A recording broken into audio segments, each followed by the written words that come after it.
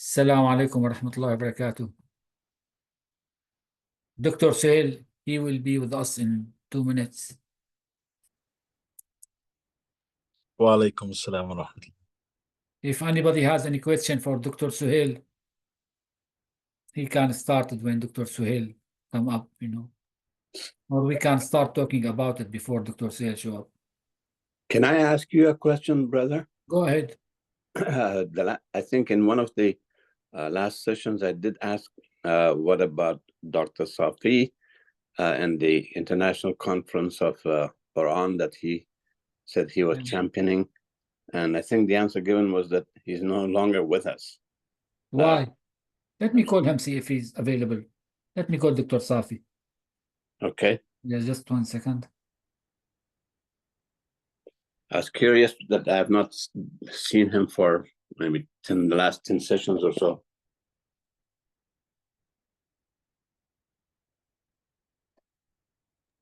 I believe they had a conference this past summer. No, I think he was saying it was for November. November. Yeah, there is another one about Sayyidina Isa and Messiah, Jesus. But there was, yeah, I mean, maybe you have updated information. Dr. Safi, he will be with us too. Excellent. Inshallah. وانت برادر محمد، انت مثل القمر يعني كل سنه بتتغير مره. وين انت يا اخي؟ Wallahi, I was so busy, and lots of stuff happened. I don't know. My brother died. I don't know if you knew about that. I'm so sorry for your brother. Because on travel, I did try to send you a message. I did not get a response from you. Yeah, I saw the message and I was planning to respond, but I really got busy. Oh, I really wanted to talk to you or come and see you, but I couldn't. I couldn't even get in touch with you, and that's why I'm glad to hear your voice. I'm so sorry for your loss. Condolences. Thank you. Okay, Dr. Suhail with us. Brother Muhammad, if you have any question for Dr. Suhail, Brother Muhammad Hamad, because for a long time we did not hear anything from you. Yes, I mean, because I just joined, I would like to listen to you guys first. I have a question for Dr. Okay, Dr. Suhail with us right now. If you can start your question.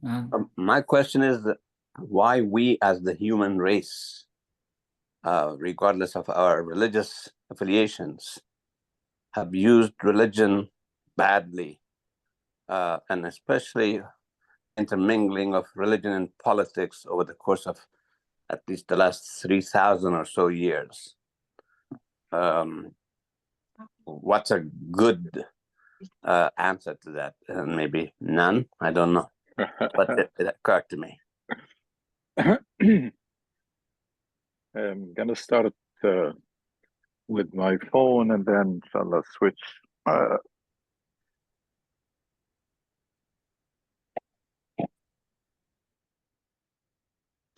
Do you hear me? Yeah. Yes, we hear you, Dr. Suhail.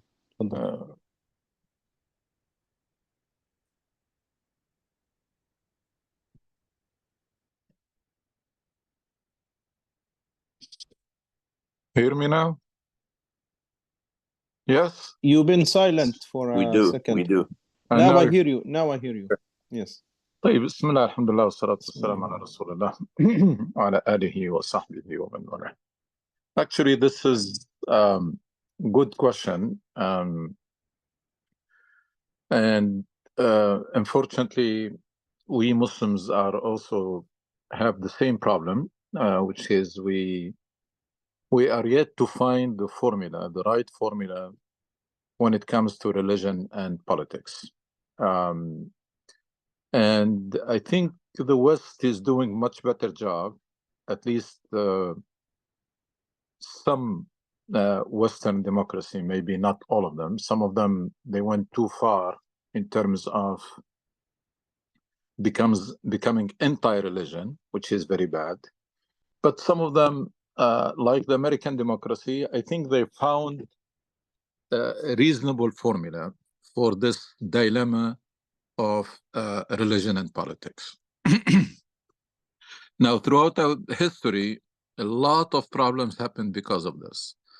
It's usually the religion that is used or abused for political purposes. If you think about it, the Crusades, yes, they are called Crusades, but they were not, they were political, and religion was used. There might be an echo. Do you see me joining from my laptop? I see you. Yeah, I can see you. Yeah. But now,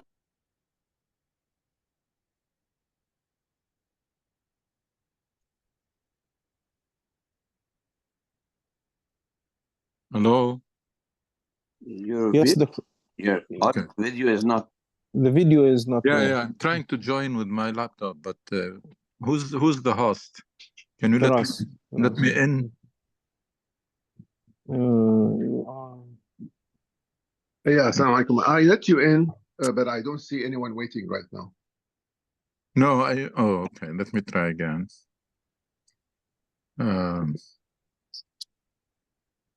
This was what? But we can hear you. Oh, okay. This was the wrong. And we can hear Dr. Safi. I think now you're gonna see me. Not yet. You see me now? No. Now. Yeah, I joined. All right. Mu'amara. Assalamu alaikum. Wa alaikum assalam.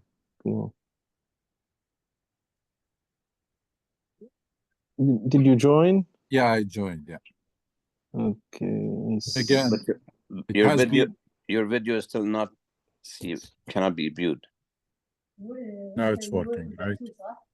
I don't see your video. Your video is off. No, it's not off. It's not off. Okay. But now you see. Yes. Yeah, I said there was a lot of problems in terms of religion and politics. I can.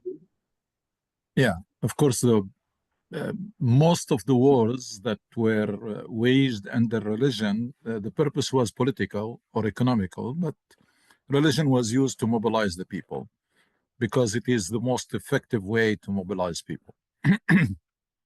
Unfortunately, we Muslims made the same mistake because in our history, those dynasties, they also used religion to mobilize people and conduct whatever wars they conducted.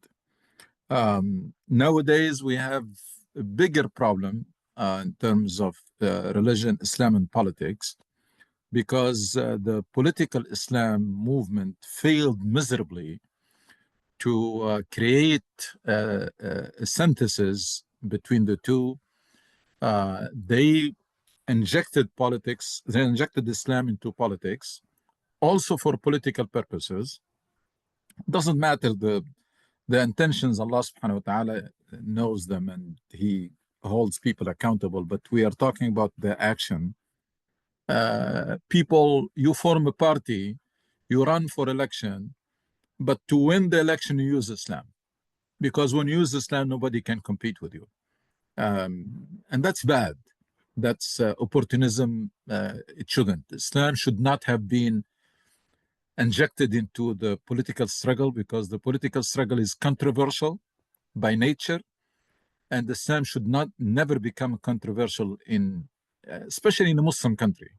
It should be a unifying factor, not a dividing factor, divisive. So I can tell you what the Americans have done, and then tell you about what I understand from our religion. The Americans may manage to keep the state out of religion, which is great.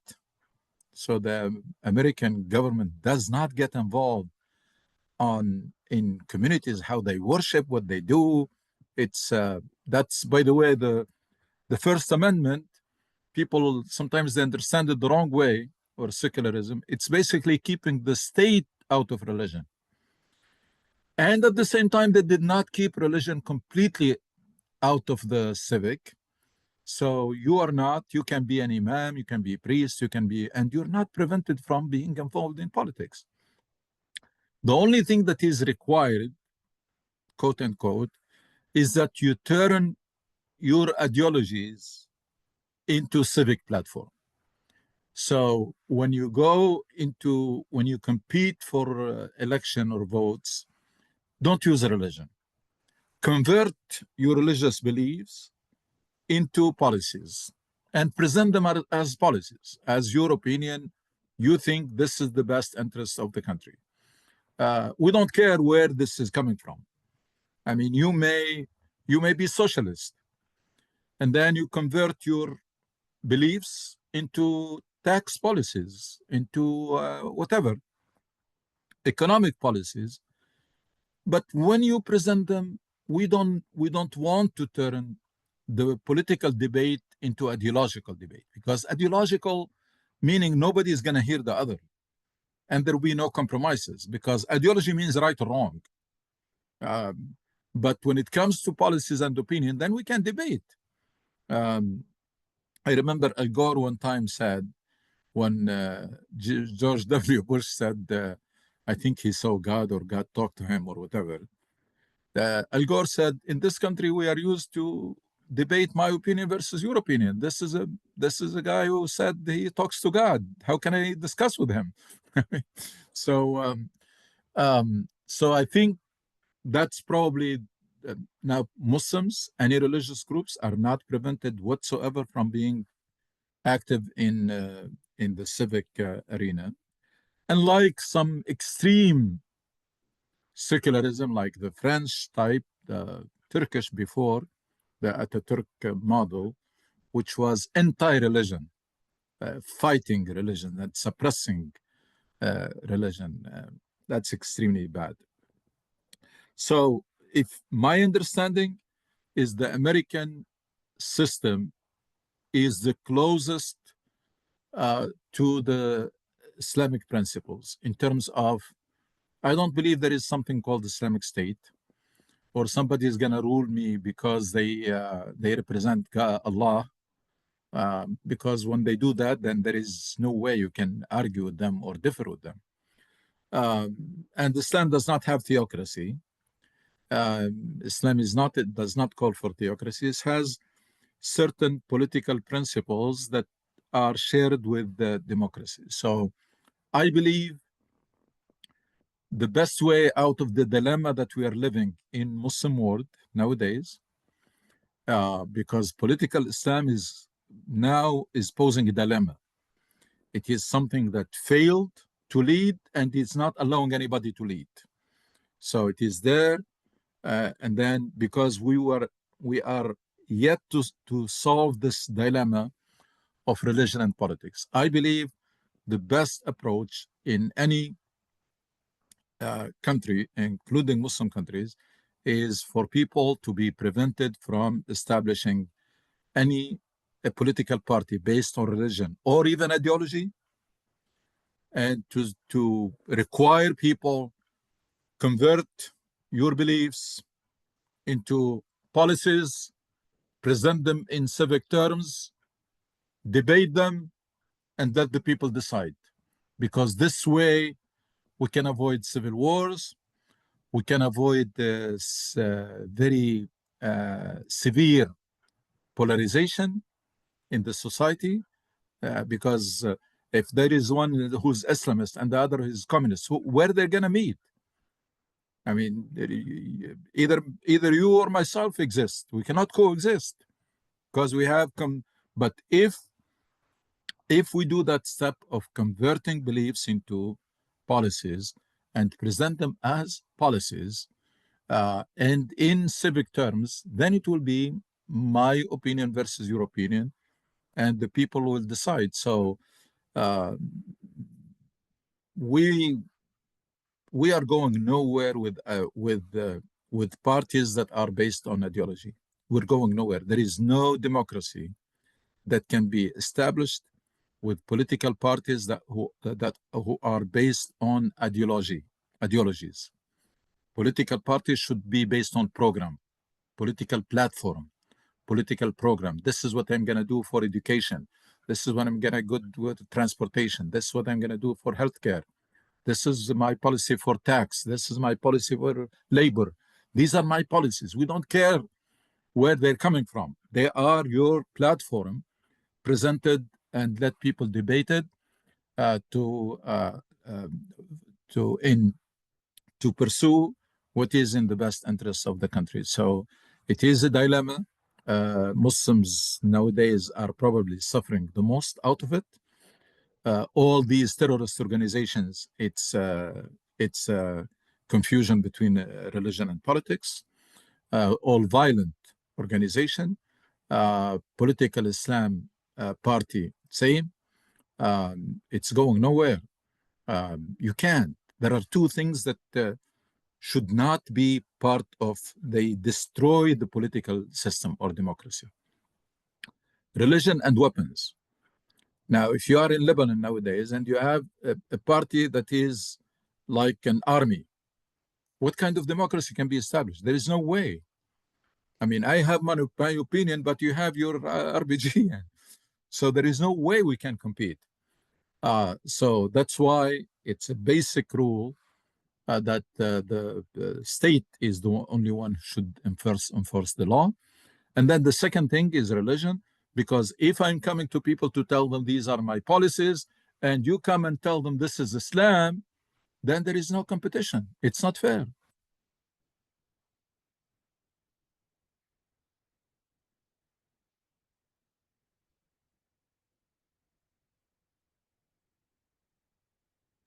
You called it dilemma. Can hopelessness also be substituted for the dilemma? I mean, we have been close to 1 century now. Yes. Since the Muslim Brotherhood started get involved in politics. We are about 1 century, and we're not. There is no indication that we're coming out of it. And it shouldn't be. Islam should never become a controversial issue, because if it is adopted by a political party, politics is controversial by nature. There are people who are going to like you, some people who are going to hate you. But we don't want that hatred to transfer to Islam. And we don't want your failure. Because if a political party runs based on Islam, and then they fail, people will hate Islam, will desert it. Because now it is associated with a failure. Or they commit mistakes, or they become oppressive. Exactly as has happened. Yeah. So keep Islam away and don't abuse it. Don't exploit Islam, because that's a sign of weakness. It means that you don't have an agenda. You don't have a platform, convincing platform. So you bring Islam and abuse it or exploit it to win the election and the votes. If I can add something to this. Sure. I think on the ground, the issue, I mean, the mentality or the main concepts that we have in the Ummah, in the Islamic parties and everybody, and the other parties, the absence of the real meaning of shura makes dictatorship is the default. Mm-hmm. If you have Islamist, or if you have communist or socialist, the same thing. I mean, the near history that we have, we've seen the governors or the government always, it's a dictatorship. If you have Saddam or Assad, or you have even in Pakistan, the way they change their, I mean, the sulta or the authority is by coups. Their election is only just not real election. It's just decoration. Now, I think what we really need is change the concepts, or have the maqasid al-sharia, maqsad al-shura. If we don't have the shura implemented, and the problem here is really historical, because shura is absent not only 100 years ago when the Ottoman Empire collapsed. It's been before. It's been after Khulafa al-Rashidin. Since that time, we have actually before, when Sahaba start fighting Safin al-Jamal, that means they did not actually default to Shura. They went back to tribal dictatorship. And the problem is how to remove this from the brain of the Muslims. If you don't have that changed, I think we will keep doing the same mistake, and the cycle will come back again and again. We seen this in Egypt. We seen this. We are gonna see that in Syria. Everybody has a hope, but you cannot have a wishful thinking. You cannot just close one eye and look with only one eye and just ignore the other facts. And I think, my idea here is just the real absence of shura as a main motive idea that can, be behind our way of governing. Without that, I mean, there's, I think, no hope. Absolutely. I mean, you're right. With that turning point after Khulafa al-Rashidin, with that turning point, we lost so many things. We lost all the Islamic political principles collapsed with the beginning of the Umayyad state or dynasty. All of them. Leadership by consent is gone, because now leadership in the family inherited. Shura is gone, because now one-man show decisions. It's ta'a now. It's emphasized obedience more than transparency, gone forever. Khulafa al-Rashidin was very transparent. Everybody knows where every penny goes. Nothing is hidden from the public. Accountability is gone forever. Nobody can hold the Khalifa Umayyi or Abbasi or Uthmani or whatever accountable. Is above the law, above everything. So we lost all the Islamic political principles, and then we lost the heart of religion, which is the sense of mission and the maqasid. And when Islam is when these essential elements are removed from Islam, it becomes obsolete. And when it becomes obsolete, it suits those kings and dynasties. So it's a vicious cycle. You have a dynasty established that will push to water down Islam and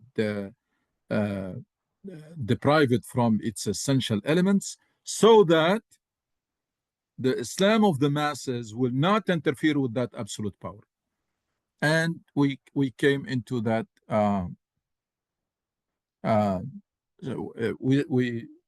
We found ourselves in that vicious cycle, and we never come out of it. Again, dynasty rule, absolute power. Absolute power cannot survive with the true Islam. True Islam of adl, qist, amr bil ma'ruf, nahy an al-munkar, of shuhada ala nas, of the true Islam cannot coexist with the dynasty rule. One of them has to go.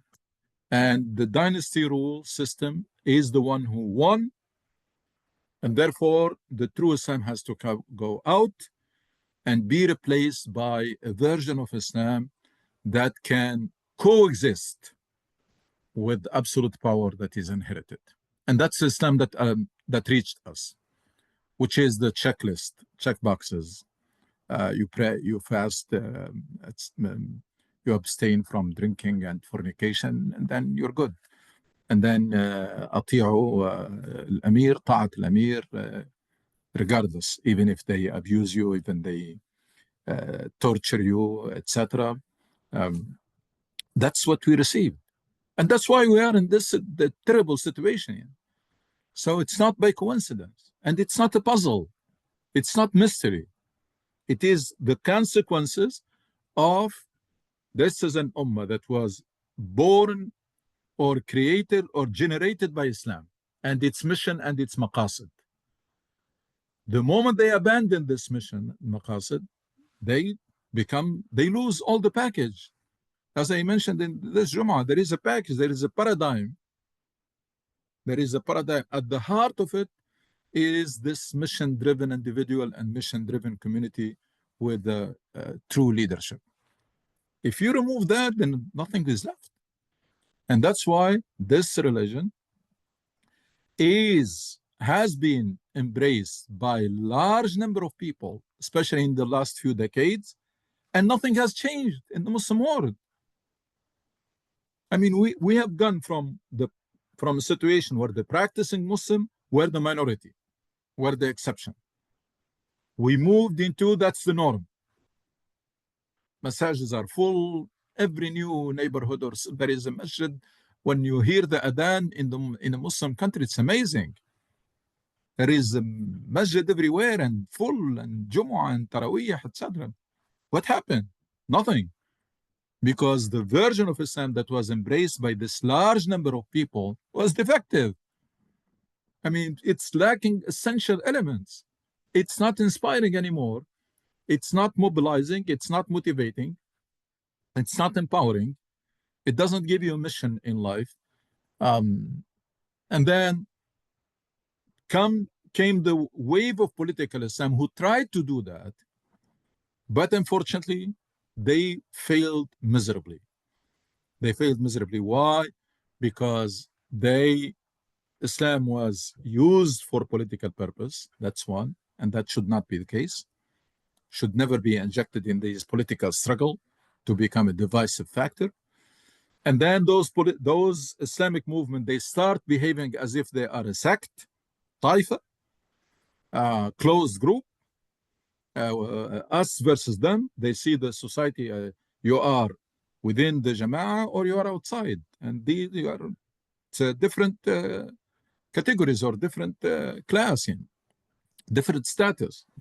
And then went into this power struggle. And then when people thought they found that mission of Islam, we had these terrorist and violent groups, which, yes, they embraced the mission, but they embraced the wrong one. Is it fair to say that political Islam manifested itself in the last 100 years, thereabouts? I think to my knowledge, it probably is fair to make that statement. And if we say that is true, perhaps, especially in the last 50 years, and is that political rift or political Islam primarily between the two main sects of Shia and Sunni, which in my understanding, being a 78-year-old man, is probably true. My following question then goes, why is it that of the four major faiths and sects in Islam was this intolerance or conflict between these two, and the other pillars, which would be Shafi'i and Maliki, they kind of, I at least to my knowledge, I haven't heard any conflicts between those followers, and so it's primarily between these two, Shia and Sunni. And 2 days ago on the TV, a young man came and said that he studied in Azhar in, I think, in 1990s, and then he initiated a reconciliation between these two, the Shia and Sunni divides, and ultimately, I'm sure he couldn't have been the only one, because at least of his age, he couldn't have been the only one, but that it didn't work. Do you know of such effort of reconciliation and unification, for lack of a better word, that has taken place in the last 2 or 3 decades? I know there are some efforts, but let's talk about the general picture first. The general picture is that Islam was abused by dynasties to justify their rules and to perpetuate it, and then was abused by contemporary political groups for political reasons. So in both cases, political reason. We have dynasty abusing Islam to justify their absolute power and to perpetuate it. And you have political Islamic groups who use Islam for political purpose. So Islam has been abused all this time, even though in two different ways. And it is about time to fix this problem and fix and prevent people from abusing Islam and turning it into a divisive factor in the society. It shouldn't be. It should not be a divisive factor and should be kept out of politics. And if you are a religious person and you want to get involved in politics, great. But please convert your beliefs into policies and present them in civic terms so that we keep Islam out and will not be blamed for your failure or for your crimes. So that's one.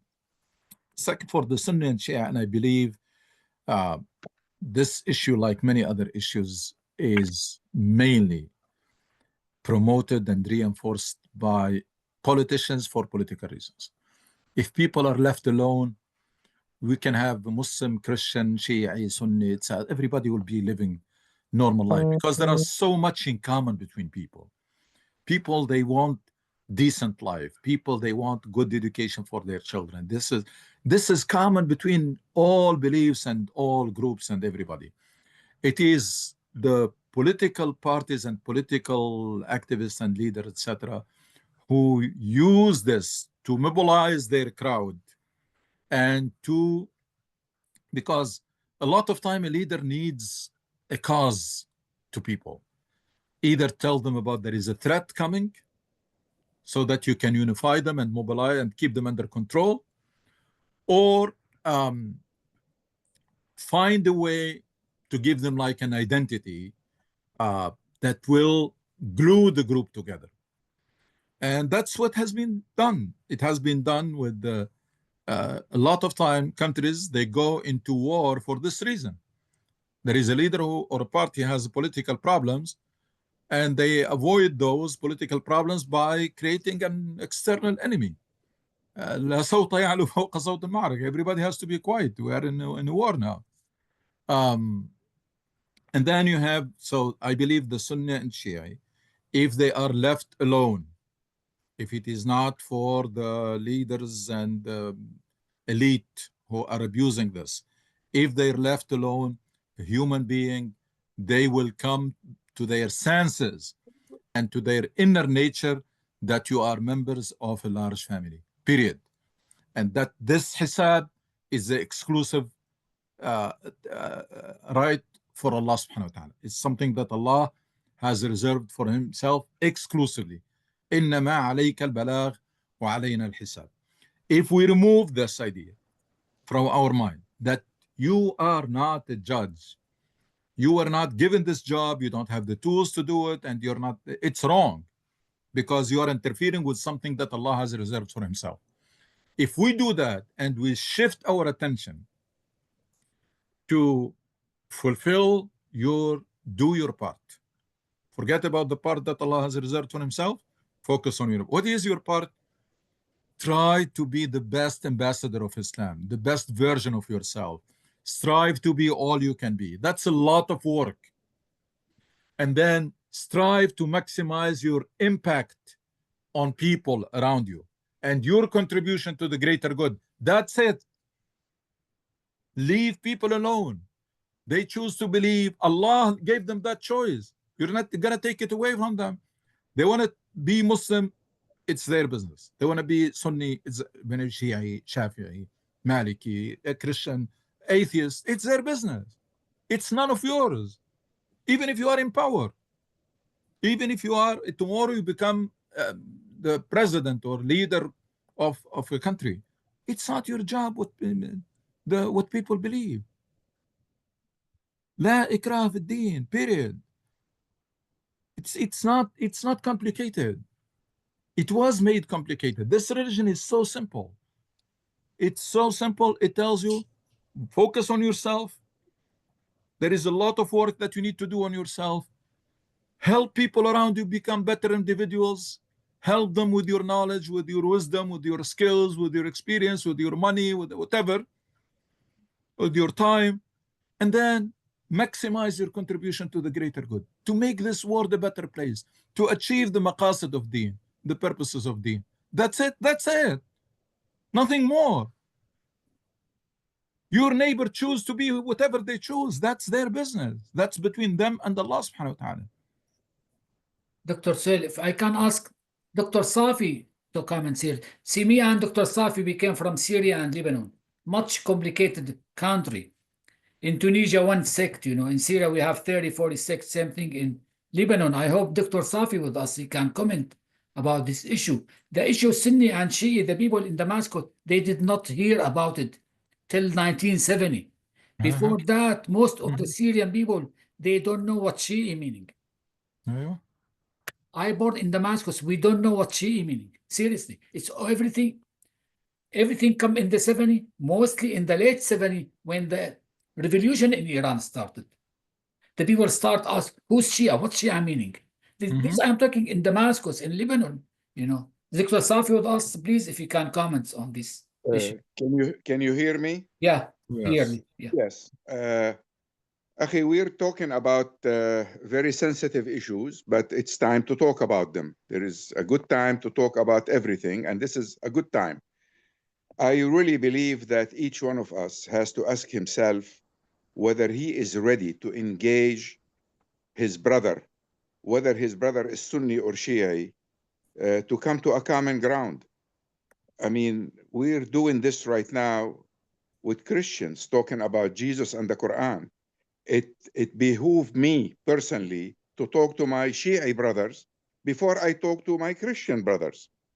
So it is important that we take the issue from its global focus into a personal focus. If it didn't start with each one of us, it will never be solved on a larger scale. We need to visit, we can have a committee and go to a Shia mosque and sit with our brothers and tell them that we are coming here in goodwill because we believe that we are all believers in the same religion, the same Islam, the same Quran, the same Prophet. And this will be a show of goodwill, but to just talk about it is not going to get us anywhere. What Dr. Suhail said, if people are left to themselves, they have plenty in common to keep them going as friends and as brothers and as neighbors. But we need personally here in this area to take an initiative. There are several mosques that are Shia mosques. Why don't we form a group out of the people sitting right now listening to Dr. Suhail and go with him and visit a Shia mosque and then show them our goodwill? And that will be Amr bil Ma'ruf. That's Ma'ruf to unite Muslims. Talking about it is nice. Doing it is where it's at. Thank you very much. Actually, we did that, Brother Safi, 4 years ago, I think. We went with Dr. Suhail, the Manassas Mosque. Yes, that's it. He invited us 2 or 3 times, and after that, he stopped inviting us. Well, I know Bahram Nahidian there. He's one of the leaders of that mosque. Yeah. He'll invite you anytime you want. Did you ever invite him to come and visit you in your mosque? We invited him actually. He came It's a one time. two-way street. It's a two-way street. Yeah, we invited him and he showed up, and he invited us and we showed up 2-3 Yeah. times, and after that he stopped inviting us. Well, Every other week I go there and pray there. I was hoping he invited us again, Yeah. but he never Yeah. mentioned it. I'm Well- gonna be honest with you. I have very, very little hope of any outreach effort that is done to the leaders, whether Sunni or Shia. Leaders, they have status quo they need to keep. Most of the work, if it's going to produce anything, it has to be done at the grassroots. If you have a Shia neighbor or Shia colleague or Sunni, whatever, and then you start that conversation and you accept one another, respect one another, and then show how this religion teaches us to manage differences, to be very inclusive, to accept diversity. Right? Allah created us different, and nobody can make us copy of one another. We can differ on religion, we can differ on politics, we can differ on social issues, we can differ on a number of things. The bottom line is we have to forget trying to eliminate differences, and we should learn how to manage them. How can we still accept one another, respect one another, even if we are different, and better, how can we still work together on common issues, on what is common, and leave things that where we differ, leave them away, put them away. That's unfortunately, as Muslims nowadays, and that's not a puzzle, that's not a mystery, because we lived under dictatorship for so long, 12th century of dynasty rule, 1 century of these oppressive dictatorial regimes. We never learned how to manage differences. There is always one person who imposes their way. Now we learn dictatorship in the childhood, at the houses. Why? Because everybody is oppressing everybody in those countries. Before, I don't know about now, but before, parents will suppress your opinion and oppress you. You go to school, teacher will oppress you and beat you. In the street, police will do the same thing for you. At work, the boss will do. Everybody is oppressing everybody. It's a culture of oppression and submission and obedience that is so widespread because it has been there for centuries. That's why every country that you see, especially like after the Arab Spring, every country, when they get freedom, it becomes chaos. Because we never learned. We learned only to obey the one who forced us to obey them. But when we found ourselves free and we were not able to manage our differences. And we have a long way to go. A long way to go. First here, like Brother Muhammad was saying earlier, here, this mindset has to change. This Salafi, judgmental version of Islam that will put you in a place to say who's Muslim, who's Kafir, who's going to go to hell, who's going to go to heaven. This has to be uprooted completely. And we need to find the lost Islam or rediscover it. The Islam that is simple, has a very strong sense of humanity, very strong sense of what do you call it? Jamal, Hiss. It's amazing religion. When it is well understood, it's an amazing religion. We turned into very dry, no spirituality, no human. It's wala and bara, Muslim, kafir, etc. We made it so rigid, so superficial, and it is the work of our own hands. We have only ourselves to blame. When we allow this religion to stagnate and for ijtihad to be stopped for centuries, and for the essential elements of Islam to be removed, and for dynasty rule to remain for centuries, what do you expect the consequences will be? Political stagnation, intellectual stagnation. You end up with a very superficial version of Islam, very rigid, the one that you see them nowadays, that are producing nothing. And when they produce something, it backfires. It's like an engine that doesn't turn on, and when it turns on, it creates a fire. That's what we have now. So long way to go. To take it easy, mind your own business. Allah assigned you a lot of work to do. There is work that you are not allowed even to come close to it, which is to judge people. And then Allah is telling you that you are members of a large family. Ya ayyuhan nasu, inna khalaqnakum min dhakarin wa untha.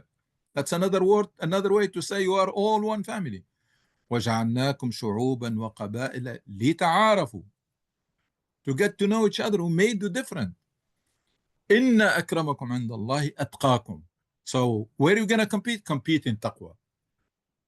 Compete who can be better than others, and who can, not who says better, who can be better than others, and who can contribute more to the cause of Allah subhanahu wa ta'ala to make this world a better place. That's where you need to direct your energy and your effort. For you to be the لِيَبْلُوَكُمْ أَيُّكُمْ أَحْسَنُ عَمَلًا, to be the best you can be, the best version of yourself, and that requires a lot of work, and then to do your utmost to make this world a better place. That's it. That's all. There is nothing else. No conversion. Don't convert people. You're not your job to convert. It's not your job to convert them. It's not, you're not even allowed to force them.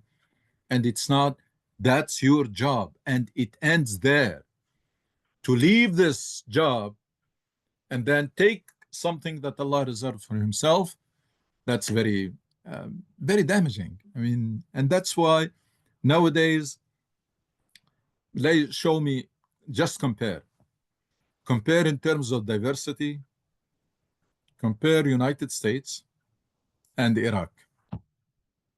Wallahi, we should really feel ashamed of ourselves. This is very diverse country.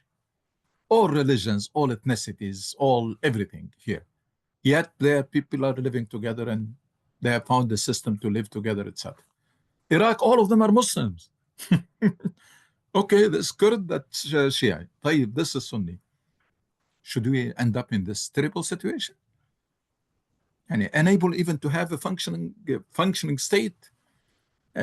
So we really didn't do any favor service to Islam. We misrepresented it, and we should really be embarrassed and ashamed of a great religion that inspires people and produced great success stories in the worst conditions you can think of. And nowadays, with all our numbers, all our resources, with all the opportunities that come, we're just seeing an opportunity that is unfolding in front of us in Syria and wasted again. We're seeing it at the same time, unfolding, a door, huge door open, but we're seeing it closing closely. It's like deja vu. It's deja vu, the movie that we have seen before, which is that we don't miss an opportunity to miss an opportunity. Dr. Suhail, how do you see it wasted? Wallahi, that's أنا تعبت, and I got tired of تغريد خارج السرب. يعني I don't want to go. Please, just explain to us. I don't want to go with the flow, but politics are not to be understood by the speeches or by the news. Politics are to be understood by the rules that govern politics and by the precedents. This is a country that is not independent. Countries that are not independent, their rulers are prepared outside and then they are injected. They're prepared by outside forces and injected, and in Syria is so obvious. It doesn't require even analysis. In another country it was more implicit. In Syria it was so obvious that there is rulers who has expired. It became big burden to support him. and it's not worth it. And he's not doing the job that he was appointed to do. He's not capable, and he became big burden. So unplug, let him go, and replacement is always ready. Always. It happened in every Muslim country, at least Arab countries. Always, the replacement is ready. We celebrate the downfall of the regime. We have that feeling of mission accomplished. We go home while the new system is being implemented. And when we wake up, we found that nothing has changed, because nothing is supposed to change. Because those who bring those leaders to put them in place, they don't bring them to serve your agenda or to achieve your goals. They bring them to achieve their agenda, which runs exactly opposite and contradictory to yours. You want free country, you want justice, you want democracy, you want development, you want tanmiyah. That's not what they want. They want you to be subordinate country. They want to be market for their product. They want you to be, so almost everything opposite. So when we wake up and we figure out, it happened in Tunisia and Libya and Egypt, everywhere. When we wake up and find out that nothing has changed except the facade, then we start adapting, and that's bad. We don't even change it immediately. At least, yes, you may wake up late, but at least get to action quickly. No, we go into long phase of adaptation. Allah, I have to adapt. So the government will be squeezing you and you are adapting, squeezing you and adapting. Your situation is, conditions are deteriorating and you are adapting. Until when? Until we can no longer take it. That's when we explode. Now, if that explosion is manageable, the ruler will stay in place. They will maybe change the government, but not the ruler or the regime. But if that revolution brings shake the system, like it happened in Arab Spring, and then the current regime will let go, and then the new replacement will come on the basis of the same deal to do the same job. Make no mistake about it. And what is this job? Keep these people in control, prevent any rallying project of development and independence and sovereignty, etc. All of this, try, every ruler, every regime does it their own way. So the new ones in Syria, they're not going to do it the same way like Ba'ath, but they're going to do the same job. And the job is basically to prevent the achievement of the goal that the Syrian people revolted for. And the problem, again, we have been in this cycle for so long. We have seen this movie so many times to the point that it became disgusting. We don't want to see it anymore because we know it's going to happen. I mean, someone who there is $10 million on his head, walking in Halab under the Israeli and the American planes. And we have to be naive, we have to be naive and stupid to accept this story that this is a genius who has been preparing this for years and nobody was aware of it. That we have to be really naive and stupid to accept this version. Okay, Dr. Suhail, we are different. The Syrian different. I hope we learn the lesson from the other situation, inshallah. Jazakallah khair, Dr. Suhail. And we see you next Sunday, inshallah. Assalamu alaikum wa rahmatullahi wa barakatuh. Wa alaikum assalam. Assalamu alaikum.